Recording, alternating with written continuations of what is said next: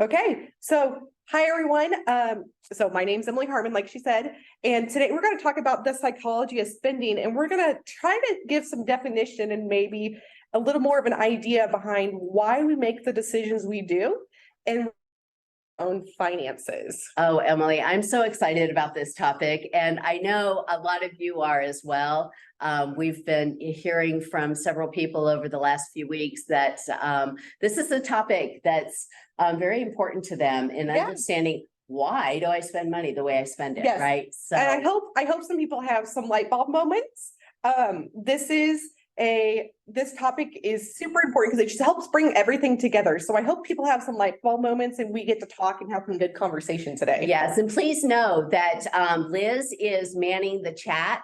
Feel free to put any questions you have into that chat, and we will get them answered right away for you. Yeah.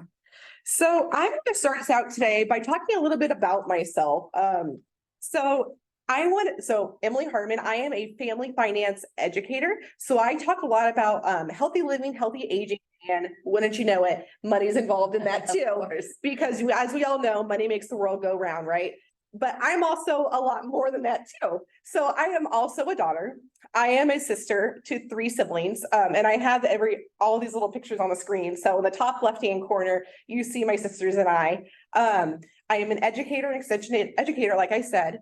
I am also an aunt to 2 sweet nieces down there at the bottom left-hand corner. And then I am also a wife and my proudest hat to wear, a mom to my daughter who's about 18 months old.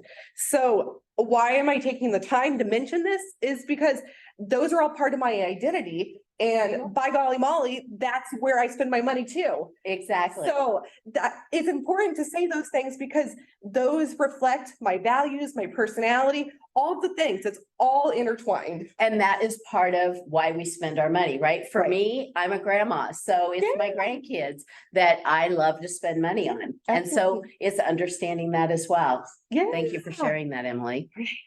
So let's get going. So tonight, I guess, what we're gonna talk about is we're going to talk about the stages of change. So that's that. I kind of said it a little earlier if you logged on before the 6 o'clock. I did research on the stages of change theory during my master's. So it was really cool for me to have this opportunity to work with you guys and get to put the stages of change theory and relate it to finances. So I'm super jazzed about this. Well, and as we are too. Yeah. And then we're gonna gain a better understanding of how stages of change relates to our finances. So circling it back around, how it relates to our finances.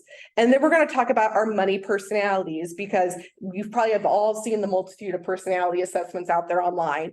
There are money personalities as well. Oh, absolutely. Yeah. I'm sure. And then we're going to talk about some resources that you can take away from today and you can apply it to your holiday spending or budgeting because even though it's the middle of October, November, December, January, February, they're coming. Yes, they are coming. And we know that holiday spending is a real thing. Yeah, absolutely.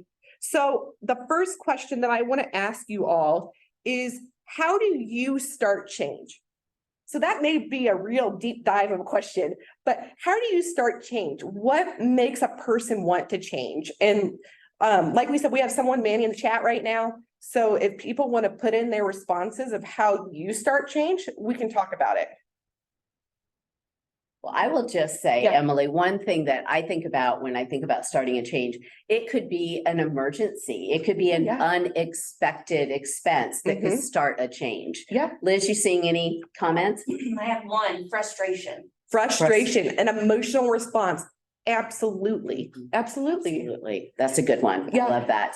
Finding where you need to cut an expense. Mm-hmm. Mm-hmm. So for the person who said finding where you need to cut an expense, if you back that up a little bit more, could it be because of a problem you're having? I'm kind of tall telling you into where this presentation is going to go, but to kind of back the truck up, just thinking you start change because you have an issue or a problem or an unexpected things happened and you're motivated to make a change. Right? Right. Like, exactly. So what got you there Yeah. to that point in Yes. time? What motivated you Yes. to start thinking So that's about what that? this stages of change theory is going to, I'm going to be talking about, and we're going to take you through each of these steps and take a deeper dive in it. And please put in the chat if you have any questions, and we'll try to address them as we go. I said this, the other day, I hope we can make this as clear as mud for you. But I am not an in the weeds person. I try to do lay terms. I don't like getting into the nitty gritty details. So that's my goal for everybody today and for myself. So let's talk about this stage of change thing I've mentioned 15 times already. So stages of change, this is one way to explain the change of our decisions behind the change. So it gives us some reasoning of why we're making a change. So this theory, it's also called the trans theoretical model. That's the big technical term, but stages of change. Okay. So this was actually developed by two psychologists in the 1970s. So they use 6 different steps or 6 different stages to explain this model. So they take us through pre-contemplation, contemplation, preparation, action, maintenance, and termination. So the stages of change theory, why these two professors decided to create it was because actually they wanted to help people quit smoking. And they found success using the stages of change model, but you can apply this to all other types of health behaviors, and your finances fall into health because everything's intertwined.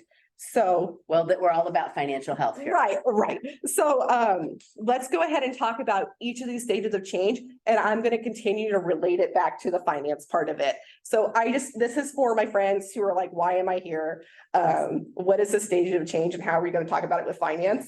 And this is a piece of it. Yeah, Yeah. this is it. This gives you the backing of like, okay, here's what it's called, here's where it's from, all that fun stuff. So another thing I want you all to think, as we're talking, I want you all to think about your own lives and reflect how you could possibly use this theory and apply it to your own situations, because this theory, and I'll get to this in a little bit, but it's an action plan oriented. So it's this thing is very translatable. So I want to ask this question first for you all to think about as we keep going through, but think about how can I apply this to my own life? So think about that. And I hope this makes sense as we go through. So our first stage or step is pre-contemplation. So this stage is when the person may not realize that they have a problem, or they know they have a slight problem, but the cons don't even weigh the cons don't outweigh, or the pros don't outweigh the cons, whatever it is.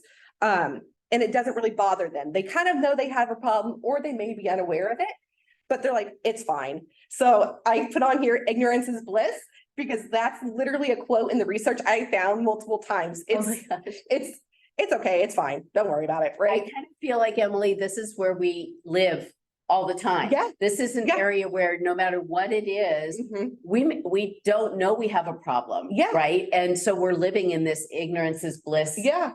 area. And they said, and the research says like you're in the cycle and you may not even realize it. And Mhm. I'm in it, you're in it, anybody can be in it, right? Because if we don't recognize that we have an issue, and then later maybe we recognize we have an issue, that's where that pre-contemplation stage Mhm. comes in. Interesting. So the next stage is contemplation. So this is when someone may start to recognize they have a problem. So that's where that like, oh, maybe it's an issue, right? Mhm. So they're giving a problematic behavior that they have recognition. So they're realizing something. It's kind of that light bulb moment. Maybe like, oh, like I have a problem, right? Like maybe I'm, when it comes to my spending, right? And we're talking about money, I might realize I have a problem when I've gone to Walgreens to get one item and I come out and have spent $100. Right. Right. On Right. things I didn't need. And so that's when I'm like, oh, Yeah, I didn't need those things. Why did I Yeah, buy them? Absolutely. And to also play off that, if you're like that overspending Mhm, idea. mhm. So if you come out of, if you need to buy one thing at Walgreens and you come out with $100 that you spent, and then what if you're not able to pay an expense that month? Right, That's a problem. And that can be almost an emergency, like what we talked about. exactly. So that's where that light bulb moment of like, oh my goodness, something's going on. So through this stage, people may be giving more thoughtful consideration to the pros and cons of the said behavior, whatever that behavior is. So in that first stage, the cons did not, or the cons did not outweigh the pros. And in this stage, they're actually starting to weigh them and try to figure out what's going to benefit me the most. Mhm, mhm. So in this stage, someone may be experiencing some resistance and the leeriness to start new behavior, but they're thinking through it. It's literally contemplation. They're literally thinking through it. Mhm. So then to the next stage.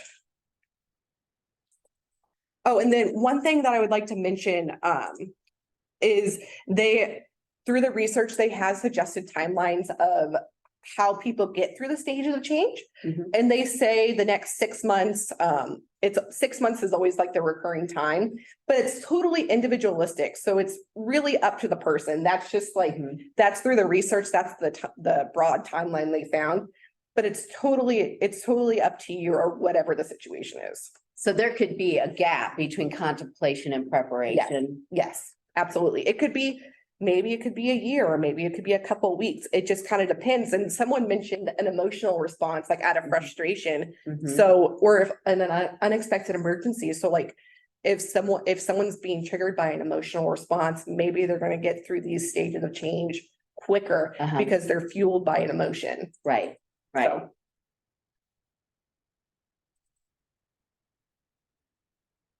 So our next stage is preparation.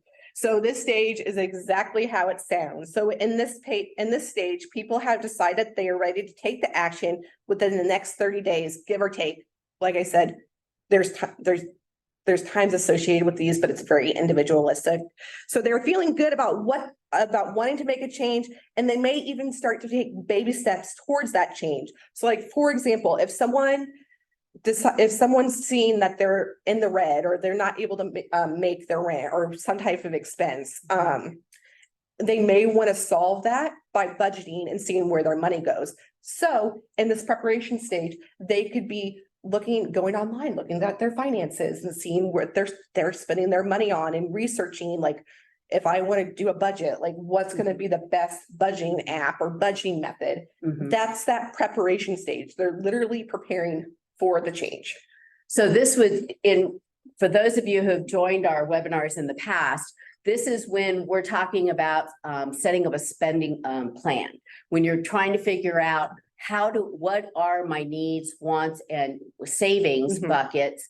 That could be part of that preparation phase, is where you're looking at where's my money going, Mhm. and how do I bucket it down? So that's part of that preparation time. Yeah, absolutely. And also, side note, we haven't even gotten to the actual behavior change yet.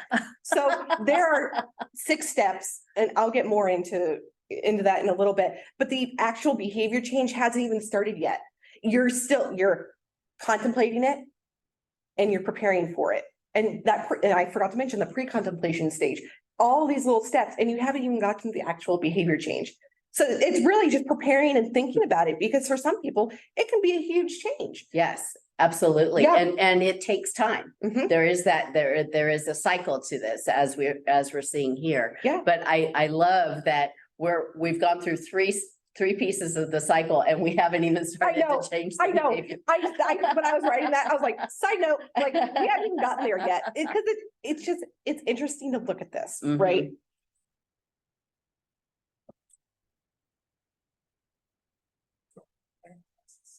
You guys, do you either one even have a code to lock? Because the cleaning people are not here anymore. James doesn't work here anymore. We're on a live webinar, and Yes. IT is still in the building. Who is? Nobody else is. Everybody's gone. They told us they were going to be here. They went. I couldn't hear. Oh. The Sorry, guys, we have a Yes. little technical difficulty going on. Let me put this to the side. So our next stage is our action stage. So this is where we actually like lights, camera, action. This is where the change, the behavior, whatever behavior change you want to change is actually, you're actually taking the steps to change that behavior. So the intent is high. So when you're in this behavior change, the intent is high to actually change the behavior and all of those things. And then also an important thing to talk about, it doesn't have to be this huge change, whatever behavior you're wanting to change. It could be small changes that could add up to a big change. So like, for example, if like going back to the budgeting example. So if creating a budget and following a budget and looking at all of your income and your expenses, like all of the things, if that's super overwhelming to you, maybe you just track like one thing. Like, Oh, that's a good idea. yeah, Yeah. like it doesn't like have that. to be this huge thing. It can just be one thing, but this stages of change theory, it just gives you that reasoning behind why you're doing this. And this is, I really wanted to say that is that it doesn't have to be something huge. Applying this theory doesn't have to be this huge change. It can just be something smaller and then maybe work up to tracking more expenses, but. I love that, Emily. Thank you for validating that for us, because it is important for us to understand that change, sometimes when we think about changing something, we tend to think big picture and it gets overwhelming. And when it's too overwhelming, we stop. We're just like, it's more than I can Yeah, handle. and I can't love that do you this. say overwhelming, because I'm gonna get to that here in the next couple sections where I'm talking about relapse and reentry. So it's that okay. feeling of being overwhelmed. We're gonna talk about that. But even if you do the tracking expenses, even if you just track one thing, still pat yourself on the shoulder and call it a success, because you can work towards that bigger goal and you've done something that you set your mind to. I love it. Yeah. That's great. That's really good Yeah. information to keep. So our next stage, this is the maintenance. So this is where you've done the behavior change, right? And it's become sustainable. So they're saying sustainable as 6 months or more. It's whatever your timeline is. And your intentions are super high to keep and maintain because you've done this behavior change, like the budgeting, you're budgeting, and it's become sustainable for you. You know that you can do it. So I mentioned that relapse, the exit reentry relapse. So relapse is when you can fall in and out of the stages of change theory. And it happens, right? We're all human. That's why I mentioned it a little bit ago. One, I'm super proud of my daughter and being all those titles. But also I have a life and I'm human And life happens, right? Yeah. Life happens to us, and whether we're trying to be super diligent on making this change, and relating it back to, you're wanting to get better with your finances, you're wanting to try and save money, but something happens and all of a sudden you relapse and you get back into that old groove of how you were spending your money, and give yourself some grace. Oh my gosh, yes. If you don't give yourself the grace, you're never going to get started again. And just know that this is a continuous cycle. And you may get to that point where it's perfect, right? And I know, Emily, I'm jumping ahead, sorry. But relapsing is okay. Yeah. It's okay. And give yourself that grace to know that you're not failing. Just keep trying again. Just get right back into it, because life does happen. Yeah. And once again, like we're talking about this in theory, right? But when you apply it to your own life, it does happen. Like you can fall off the bandwagon, but make a plan to re-enter or like get back on and track that expense or do your budget. Like Absolutely. it's a part of it. So research, this is the nitty-gritty part. So most people, according to the research, most people stay in this stage, this maintenance stage, because maybe this behavior change is always going to be a little bit of work. So they're constantly fighting the like relapse of like, I don't want to budget. Maybe I don't have to do it this week. And while your intentions are still high to like budget and things like that, a lot of people stay in this stage, and that is perfect and great. Okay. I love it. So this last stage, this is termination. So this is when everybody's perfect and you have no desire to return to that unhealthy behavior. The relapse rate is low. This is hard to achieve. That's why people stay in the maintenance stage. If you ever do research, if you do a simple Google search, about stages of change. You'll see a lot of different models about the stages of change theory. And that people have termination in there, and then this relapse and re-entry that I've talked about, I've alluded to. They haven't formed into the model, but I really like this and having relapse and re-entry kind of integrated in, because we're human and stuff happens. And I don't particularly like the word termination, because Right. you're supposed to make sustainable, healthy habits to improve your life. Termination sounds kind of harsh. It So if we does. just maintain, that's all right. Maintenance is good. Yes, Maintenance is good. yes. So I talked about it, the exit and reentry, I've alluded to it. So this is the part where I'm actually going to give it some definition and more context for you guys. So when we think about the behavior change and apply it to our own lives, maybe we can think about times where we've gotten off the bandwagon, like what we've talked about, where we didn't follow through, or you simply lost motivation. So that relapse, the exit and reentry, that's where when you fall off the bandwagon, you can get back in at any point in the stages of change theory. So it could be like, oh, like I decided not to budget this month because things just got too crazy. Well, you can get back into like action or maintenance or wherever. But the important part is that you're getting back in there and you're Right. doing it. Right. And, or, you know, thinking of it in a different way is, why am I spending money? Why am I continuing to spend money this way? Mhm. And using this whole theory on maybe when you're talking about making a small thing, maybe Mhm. it's not your full budget, but maybe it's just, how do I change this one behavior, this one overspending behavior, and thinking about that. So this is something that we're always going to be doing. Yes. Yeah. And like I said, that pre-contemplation stage, that first stage we talked about, that's where we're in it and we don't even know it. And that's that part where we have an unhealthy behavior. It's a problem. Research refers to it as an unhealthy behavior. And that's honestly probably a lighter term to use. Mhm. But it's that unhealthy behavior. And we don't really realize it in the pre-contemplation stage, but then we start to recognize it.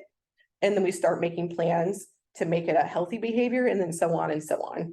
Mhm. And as I was doing this, I found this quote from Alvin Toffler, who was a writer. He says that change is nonlinear. It can go backwards and sideways. And that is so true. Yes. It can go all over the place because we're human and it's just part of our lives. So it's important. I like to look at this very holistically and just exit, re-entry, relapse, the whole thing. It's just integrated into the model and we can come in and come out at any stage. Mhm. So.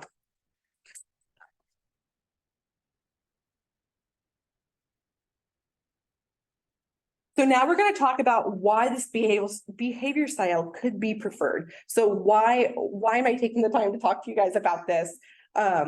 So this theory is pretty easy to follow and understand. If you get in the weeds of it, I mean, you could probably get caught up in it, but looking at it as a whole, you can go step by step. If you identify a behavior, and it doesn't have to be about yourself. If you want to do practice, Right. you can just pick a unhealthy behavior, and maybe it's not even related to finances. It could be anything. Literally anything.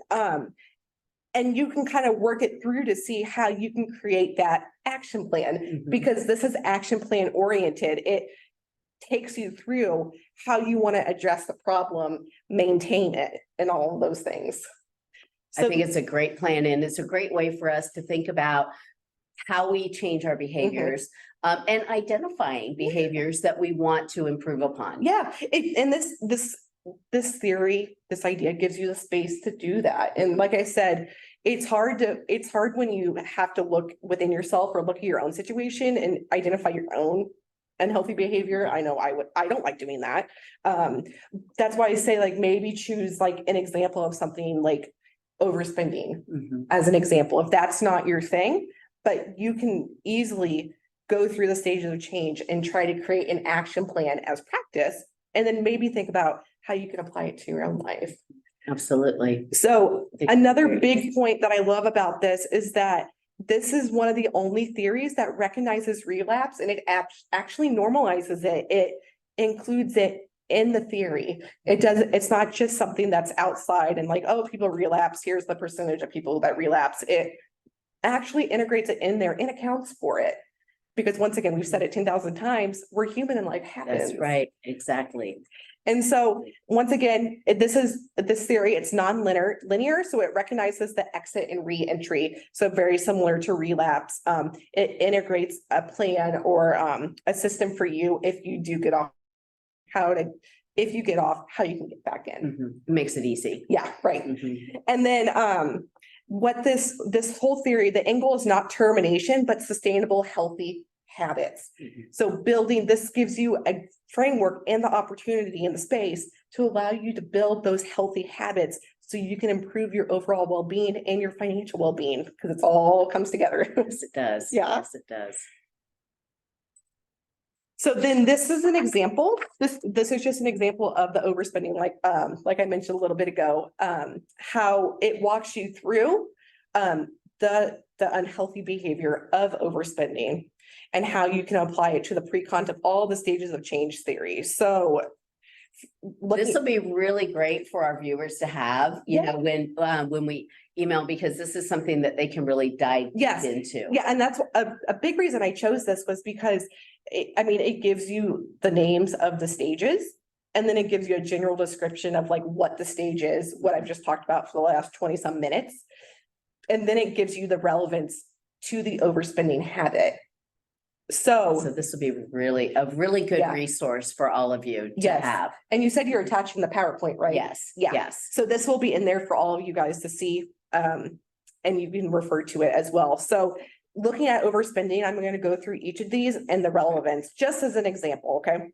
So we're in the pre-contemplation stage. So this is when the person doesn't even realize that overspending is an issue and they don't really see a need for a change. That ignorance is bliss. Yes. And then the contemplation stage. So this is where somebody who has an overspending problem or unhealthy behavior, this is when the person, they're actually starting to weigh the pros and cons of overspending and seeing if they even want to make a change. So thinking, contemplating. And then our preparation stage. So this is when they actually recognize that they have the behavior, they have a problem, they need to do something.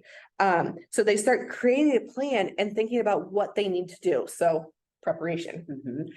And then action. This is where, okay, I'm going to do it. I'm going to confront my overspending habit and I am going to be receptive to advice.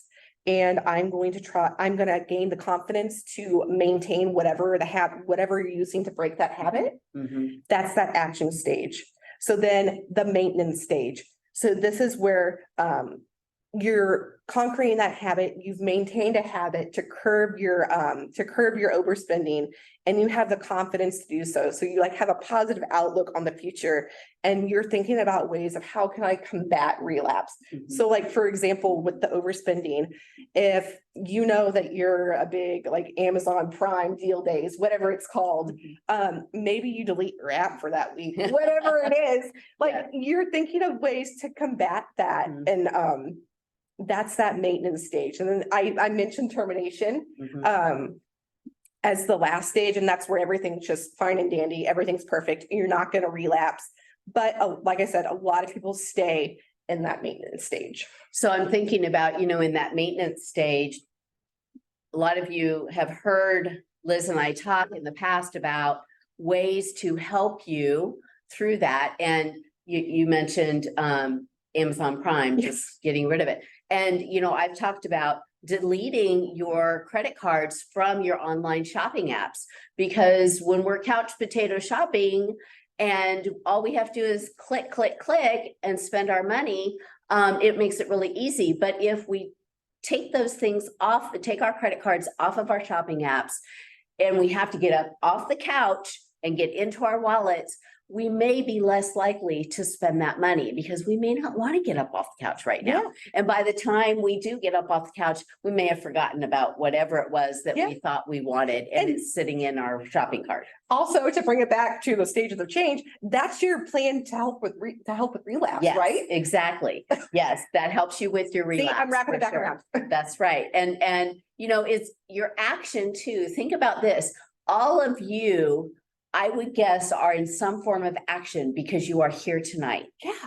So think about that in this process, you're already doing something about it. So you're probably already halfway through the cycle and you didn't even know it. Yeah, and I'm so happy that you said that because it's such a huge thing that you guys are here and it's a step in the right It's a direction. huge step. You're Yeah. gaining information, you're gaining education because you want to make the best decision to improve your overall financial well-being and your overall well-being.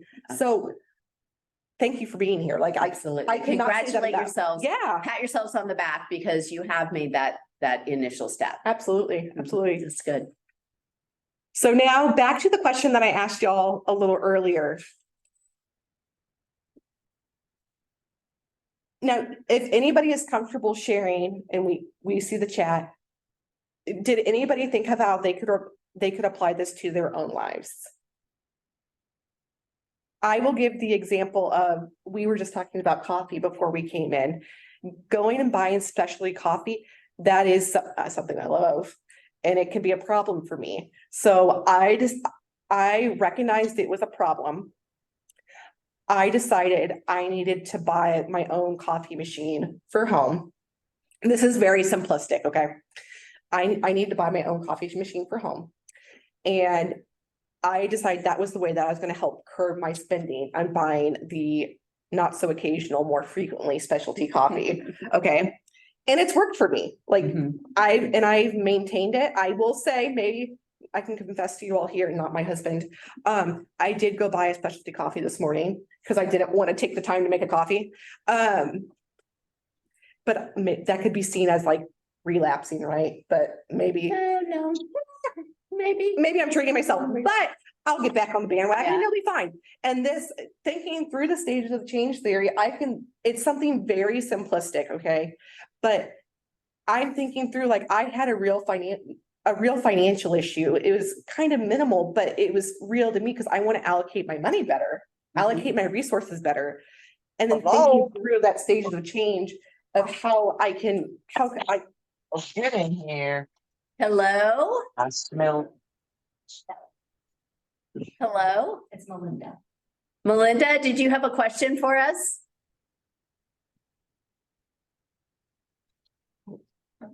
No? Okay. All right. did anybody? Yep, I got a couple. So we got streaming apps was one. And then another gentleman said, my wife and I just switched to mostly cash and keeping our budget on the fridge. Oh, good. Yay. And then we have another one. I put a Post-it note on my computer monitor that says no Amazon. Oh, congratulations, you guys. That's great. But those are, okay, so let's back the truck up. So thinking about the stages of change, and we can flip it back here. And thank you all for sharing it. I so appreciate that. This is more fun when we can be interactive. Yes. Okay, so you guys, maybe you were in that pre-contemplation stage where like, like I know I need to keep that budget, or like I know I shouldn't be buying something from Amazon every day, every other day, whatever it may be. In that pre-contemplation stage, okay? And then you go to contemplation, like, okay, maybe this is an issue. Preparing for that, how can I curb that spending? Okay, action. I'm gonna put that sticky note on my computer that says, don't spend on Amazon. Yep. I'm gonna keep my budget on my refrigerator, so I see it all the time. Absolutely, Yeah. absolutely. Mhm. And then you're maintaining that, you and your partner, I think you said your wife, yeah. You and your wife are keeping that budget on the fridge as a constant reminder. You're not taking down that sticky note. Right. And maybe with the Amazon Prime, maybe that's curbing you to not spend as much on Amazon as you may have normally have. Absolutely. And then termination, maybe you're so successful, you're going to continue to do that. But that maintenance stage, you're maintaining it. And it's also a visual reminder. And that works for a lot of It people. does. I know it works for me. Yeah. I am very visual. Yeah. And I have to have those visual reminders Yeah. on a regular basis. Yeah, absolutely. That's why I like this PowerPoint, because it prompts me to say things, number one. But number two, it's just that visual reminder that this is important. I'm seeing this as a value to myself. So I'm going to put it on the fridge to help us keep us on track. Awesome. Great. Thanks for Anybody bringing else? it back. We have one other one. Okay. It's working well so far. We talked about how Amazon Prime works and canceled our subscription. Awesome. Wow. Good job. And that's awesome. So did you guys, as I talked through all these things, did you guys see how the stages of change theory could relate to any of your behaviors? Can I speak? Oh, yes. In this case, like, I have inflation of groceries, and I decided to do meal planning better so that way I can reduce the amount of when I go to the grocery store going up and down the line and just, oh, I'm gonna grab this. And I made the point to not take my children with me. Yeah. Those are all great Yeah. examples. So you Agree. identified, well, relating it back to stages of change, you identified the issue of like inflation and groceries, which we totally cannot Mhm. control inflation, but it's an issue. You made a plan and you kept to it and you're maintaining it. Yeah, That's great. amazing. That is great. That's- Congratulations. Yeah, and you guys, this is not, this idea, while it's probably a new idea to some, it's really not anything out of the ordinary of what we all are doing. We're just coming at it and thinking of it as a different way. Exactly. So Exactly. this is for my friends who are very analytical, who like to know the reasoning behind stuff. This is one way that you can rationalize or reason your decisions. So. Very good. Oh, and so thank you all for sharing. We'll keep them coming in the chat if anybody wants to comment further. So why do I care about this with my money? So why am I spending time talking about this? Why is this working in the financial field? Because I said earlier that this theory was actually founded to help people quit smoking. Mhm. They use it for a lot of health behaviors. It's kind of relatively, I don't want to say new, but almost like a foreign concept to apply it to finances. Because finances could not be considered a health behavior, but if we look at it very holistically, everything's intertwined. Our finances affect our health and our health affects our finances and Exactly. vice versa.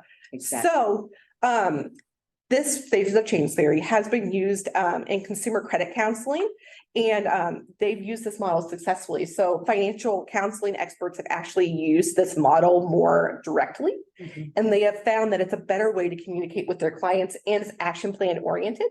So while we're relating it to the stages of change theory, but they're finding it as a tool for their toolbox to actually help their clients. Well, yeah, because like you said, it has an action plan with. Yeah, absolutely.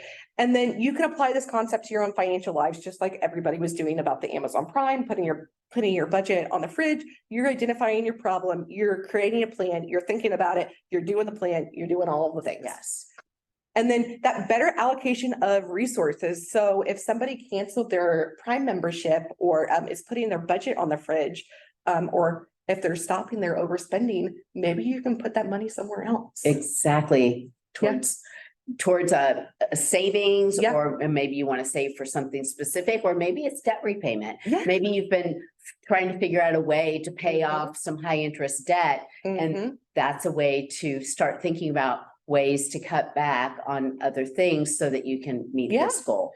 My husband and I, we actually kind of had, I mean, I don't apply, I'm not like, oh my gosh, this is the stage of change theory, let's apply this. But we kind of did this in our own lives. Like we saw that we had a problem. We kind of went through what we can eliminate, where we can curb our spending Mhm. to better allocate our resources or to pay down a debt or whatever it was. Mhm. But we actually applied it to our own lives. And I think a lot of us do that, not even realizing that's what we're doing. Yeah.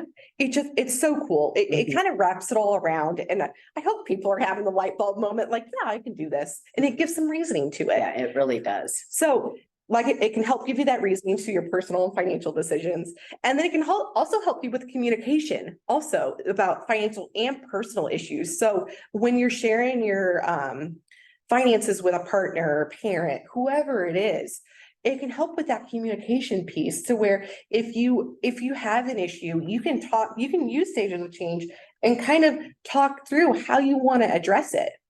So there's a lot of benefits to it. This is a really valuable tool. Yeah. So then we're gonna talk, so we're talking about money, like why we're, the stages of change theory, all that stuff. Our decisions are based on our personalities and our values, right? All of the things go together. So money personalities is a type of personality assessment that's focused on your money. So like I think I said this a little bit ago, there's a multitude of personality assessments online that I'm sure we can all name them. But Olivia Mellon, she was actually a psychotherapist who was one of the first people to develop a money personality assessment. So she uses money personalities to explain the way that we approach money. So again, it's giving us more reasoning as to why we're doing things we do and why something is a habit. So I'm going to explain each of these, so there's 5 different words on the screen. So those are 5 different personalities. So I'm going to explain those 5 different personalities. And as I'm talking, I want you all to be thinking and see if you can identify yourself in either one or multiple of those personalities. So I'm going to go ahead and read off here so I don't get it wrong. And then, so think, is that me? Can I identify myself in that? Okay. So our first personality our first money personality is Amosar. So if you tend to be a money Amosar, you are happiest when you have large amounts of money at your disposal to spend, to save, and or invest. If you are not actually spending, saving, or investing, you may feel empty and not fully alive. So a money avoider. If you tend to be a money avoider, you may not want to handle money at all. This could look like not paying bills, not wanting to look at money, both physically and digitally, because we live in that technology world. Yes. And then doing your finances last minute, totally just avoiding money, okay? If you tend to be a money hoarder, you like to save money. So you also like to prioritize your financial goals. You probably have a budget and you may enjoy the process of making up the budget and reviewing it periodically.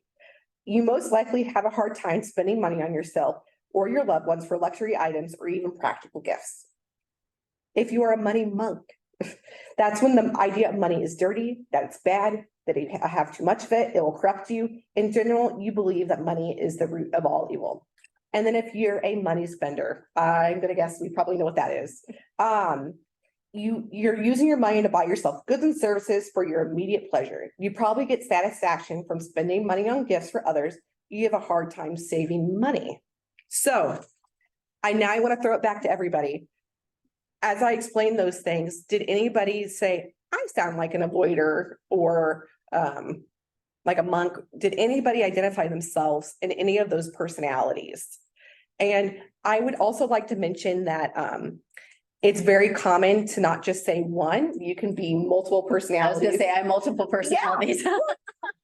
I'm somewhat of a new mom, so maybe I like just spending money on people right now because I like spending money on my daughter and making sure she has the best life, right?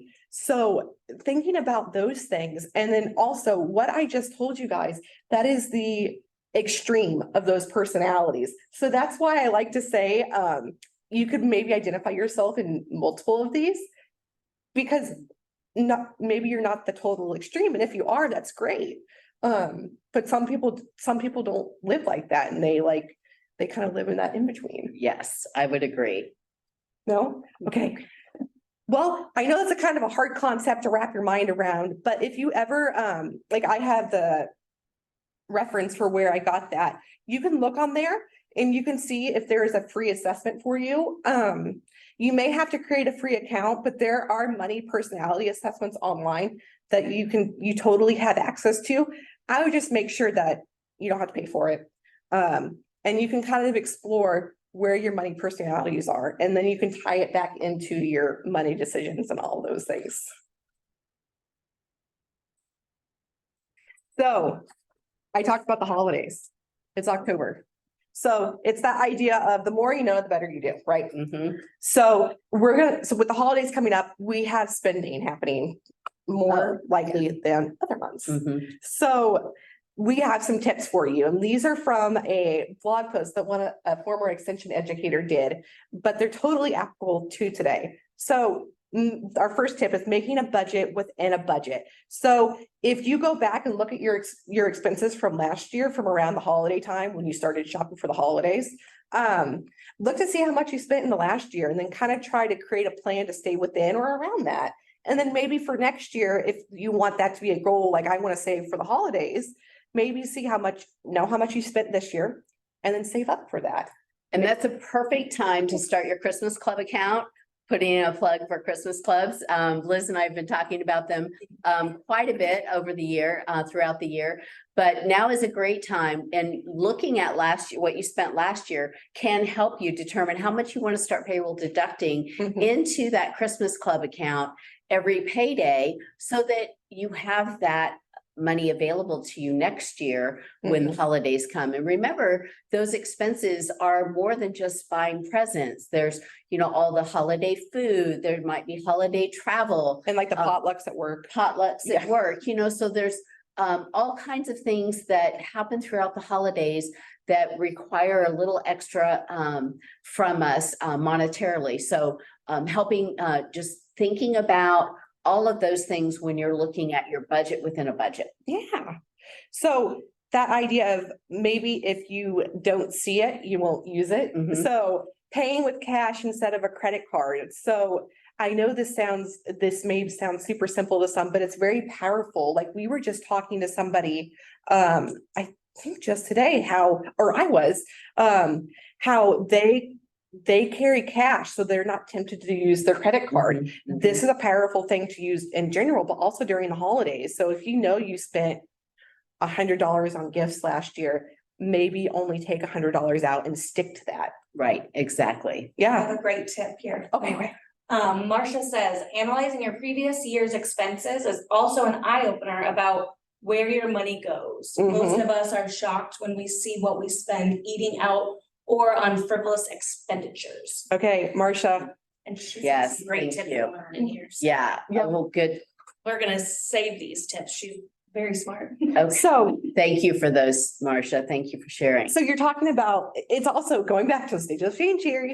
It's also going back to thinking like, if you had an issue last year, you can go through that stage of the change model to try to curb that and recognizing if you have an unhealthy behavior and then making that action plan to curb it. Absolutely. I think Yeah. that's great. So this is, our next tip for you is more meaningful gifts. So we're talking about the money and like buying gifts, but you don't have to do that. You can do like a photo album, or you can utilize a skill you have, or you can do like something like not monetary. You don't have to buy things. Absolutely. And thinking about services, you know, even if it's just offering to babysit, Yeah. kids sit, you know, Mhm.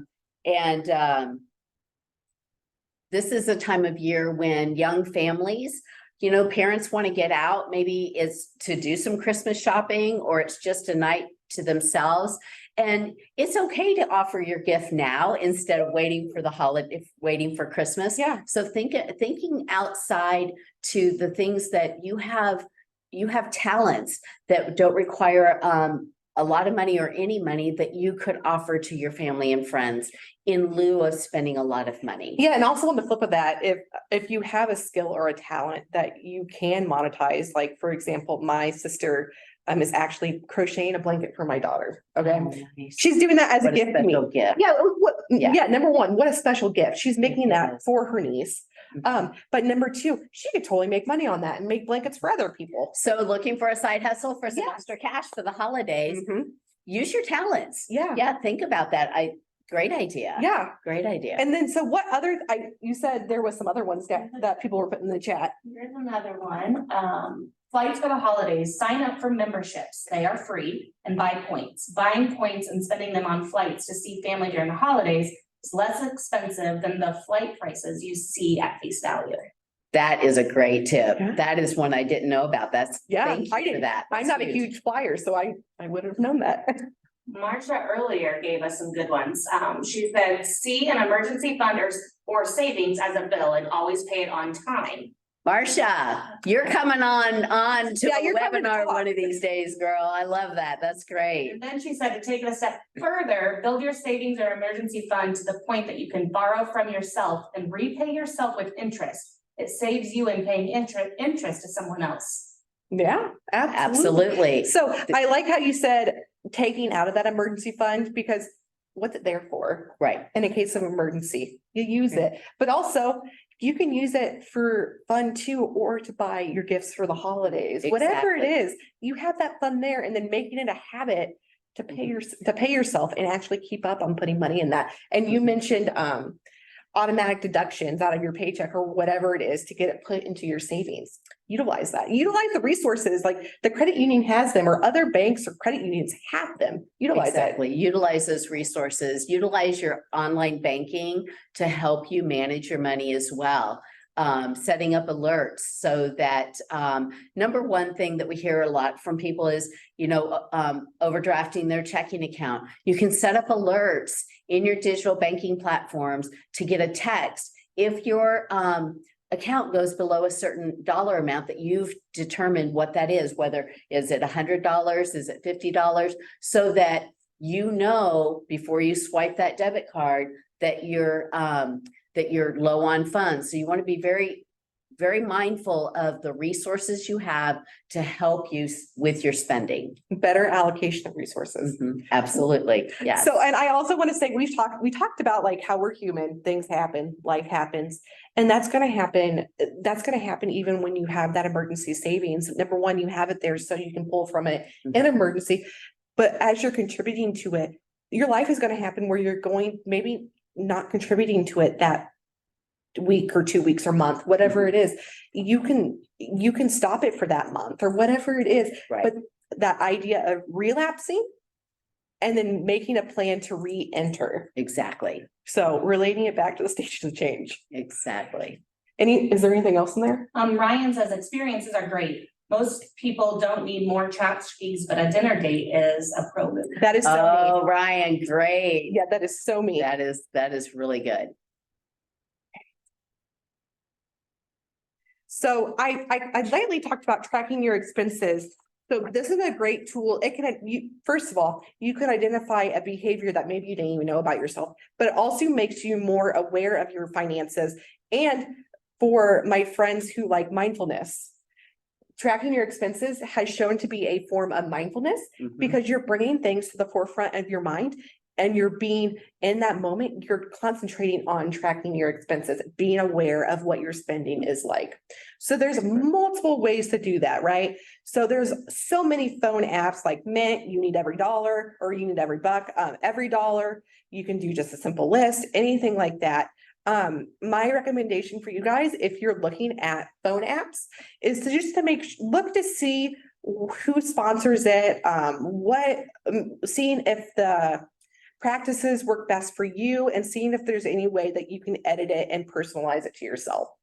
And then also on the flip of that, you find these apps, a lot of them are based on websites. So if the phone app is not your thing, if you're running out of storage space on your phone, like me, maybe you don't want an app, so you do it on the web. And then also spreadsheets. At Illinois Extension, we have a spreadsheet that we've actually made. You can customize it to yourself. And it does the work for you. It's like hitting that easy Oh, button. nice. Yes. Nice. And then those tried and true methods like your paper transactions, those registers, index cards, the note card method. I'm sure people have heard of that. Pen and paper, looking at your bank statements, things like that. And then financial institutions. Yes. That's So right.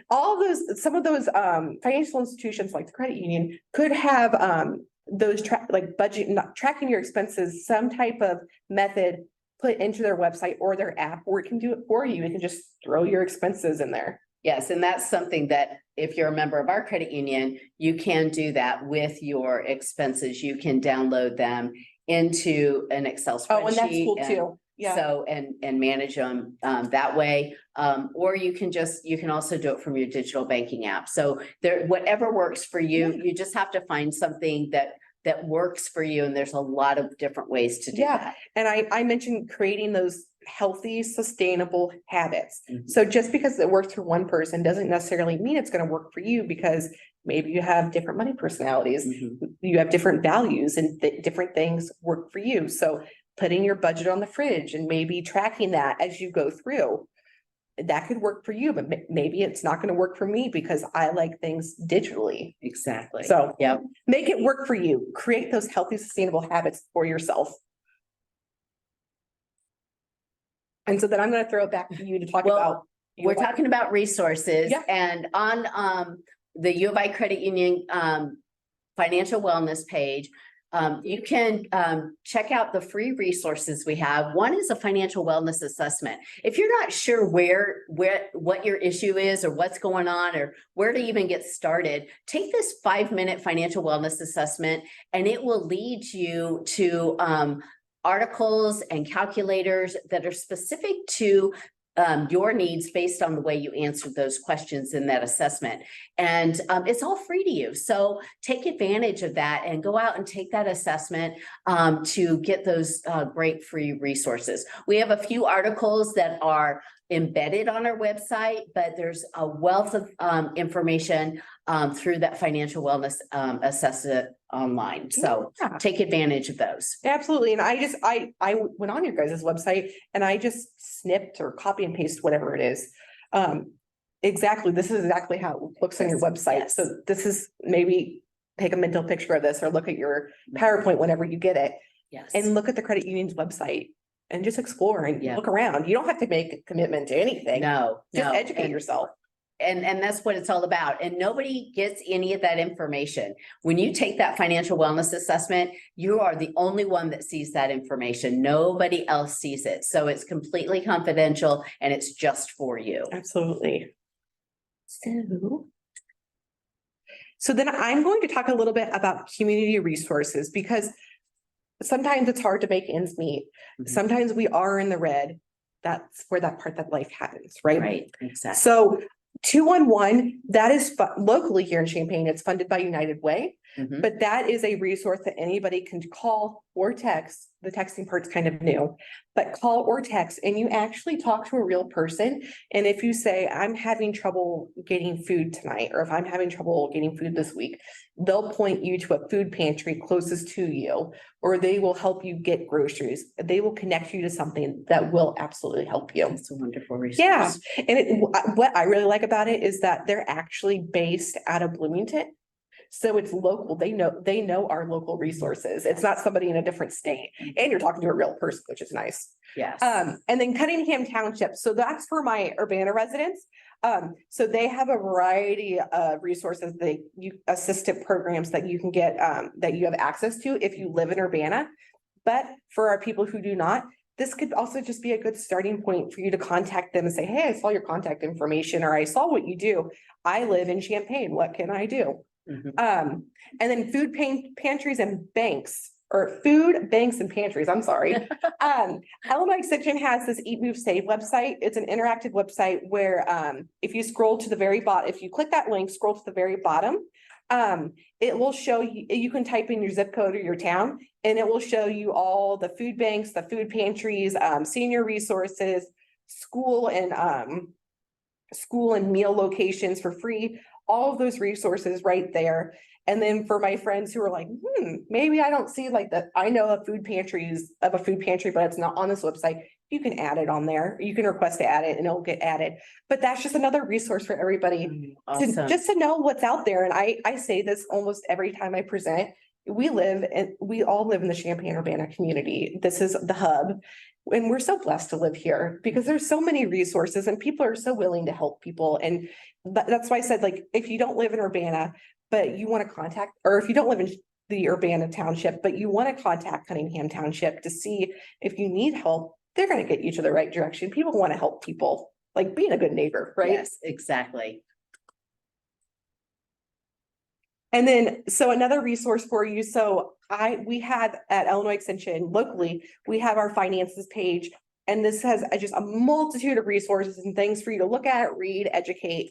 But I have the website on here. You guys get the PowerPoint, you'll have the website as well, but you can explore that. Just another tool for your toolbox. Tools are good. And then lastly, me and my other financial educator in the Southern Illinois area, we did a Let's Talk Money series where this is one of the things that we kind of talk about is money personality, stages of change. But But we talked about a variety of different topics like debt, credit, credit scores, all of those things. I put a QR code on there that y'all can scan and you can actually watch these webinars whenever you want to. Or you'll get the link or you'll get this PowerPoint and it'll be in there too. So 2 different ways. You don't have to scramble to do it now, but just another Awesome. tool. Thank you for that. That's all that I have. I have an evaluation, working with U of I Extension. We evaluate everything. So you can put feedback on there, tell us how we did. And this is totally voluntary, but that's all I have. Thank you so much for allowing me to come talk. Thank you, Emily, for bringing all of this great information to us tonight. And I hope all of you gained something from this and Yes. saw how you could apply it to your own lives, whether it's your finances, your health, or other things that are going on. And look forward to getting this probably next week from Liz. And so you'll have it in your resources for the future. Have a great evening, everyone. Thanks for joining us tonight. We really appreciate Thank it. you. Again, Emily, thank you Thank for you. bringing all this great Absolutely. information to us. Absolutely. Good night, everyone.